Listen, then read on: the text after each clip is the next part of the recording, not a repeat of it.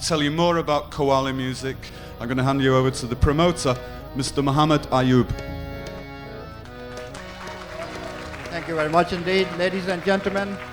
It's my greatest privilege, and I'm proud to present to you the most famous Qawwal from the Indian subcontinent and his troupe.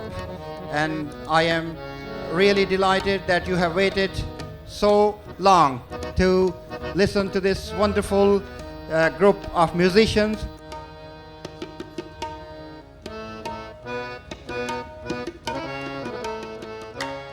'78, we were brought 2 10-inch reels of a concert, and that was the first introduction of Nusrat Fateh's voice.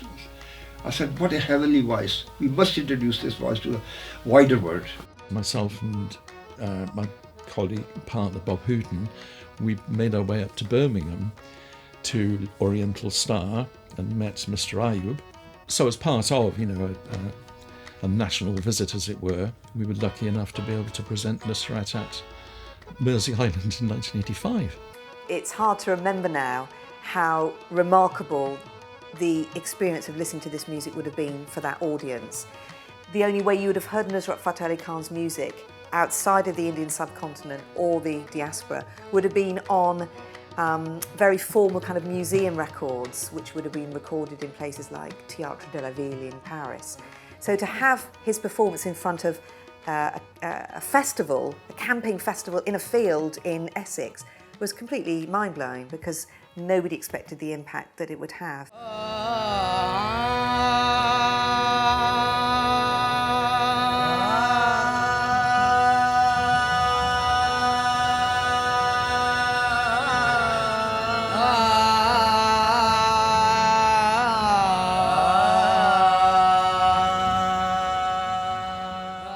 His performance was at a midnight and a weekend, when all the other performances had finished.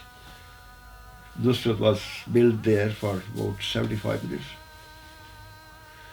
So we travelled and he started singing. We introduced him for the first time to mainstream audiences. And it was just remarkable in those days that that you could expose an audience who perhaps had come for the Fall or had come for the Pogues, and that then they could see something that they'd never seen before. They never would have seen anything like a Qawwali group before, and they would be absolutely enraptured by it.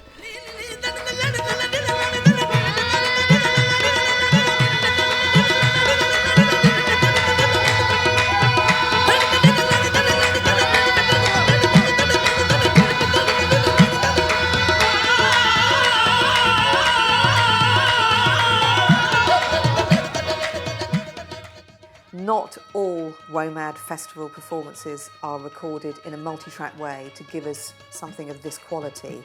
So looking back, it's just a fantastic twist of fate. Everything's spread across multiple tapes. Each one of these is about half an hour long. And so we've got 5 of them. So that's 2.5 hours of recording here. And so the first process we had to really do was figure out which bits of this recording were best to present and which elements weren't. So we all sat down in a big room together, played through the 3-hour recording, and between us figured out which of the tracks were the best ones to put forward. These tapes have been in storage at Real World for 34 years. Have a quick look inside. You can see they've survived pretty well. Here's a tape, and then on the back of these tapes you can see we've got the markings from the day, detailing what's on each channel, so the vocals, the harmoniums, and then some ambient mics and the tablas. So that's what's on this tape. So we transferred that, and then we were able to use some modern technology to restore some of these recordings to their former glory, so removing bits of hum, bits of noise, bits of distortion. The most important part for me is that it feels like a live show. It shouldn't feel like a studio recording per se. It shouldn't feel too close. We should have a lot of space, room around it. What we didn't have in this recording, because it's only 8 channels, we don't have ambient microphones in the room. So we have to use the vocal microphones and push them up wherever we can so that you can hear the audience's reaction, so you can hear them singing along, which they do in parts, and clapping along. And that's a really fundamentally important part of it being a live recording. You have to feel like you were there in 1985 at WOMAD. The recording that you've found and are releasing is a real testimony to the magic of the night. The strength of the applause is one thing, but there are points where I think you can just feel the electricity of the experience. We at Oriental Star agencies feel very privileged and honoured and lucky to have worked with such a great singer of our time. I never imagined in my dreams that I would be working with him. It was a great honour. And it was a great honour for us to go to Peter Gabriel, who gave him a projection to the world stage at WOMAD Festival. And that 1985 concert was the start of his fame throughout the world.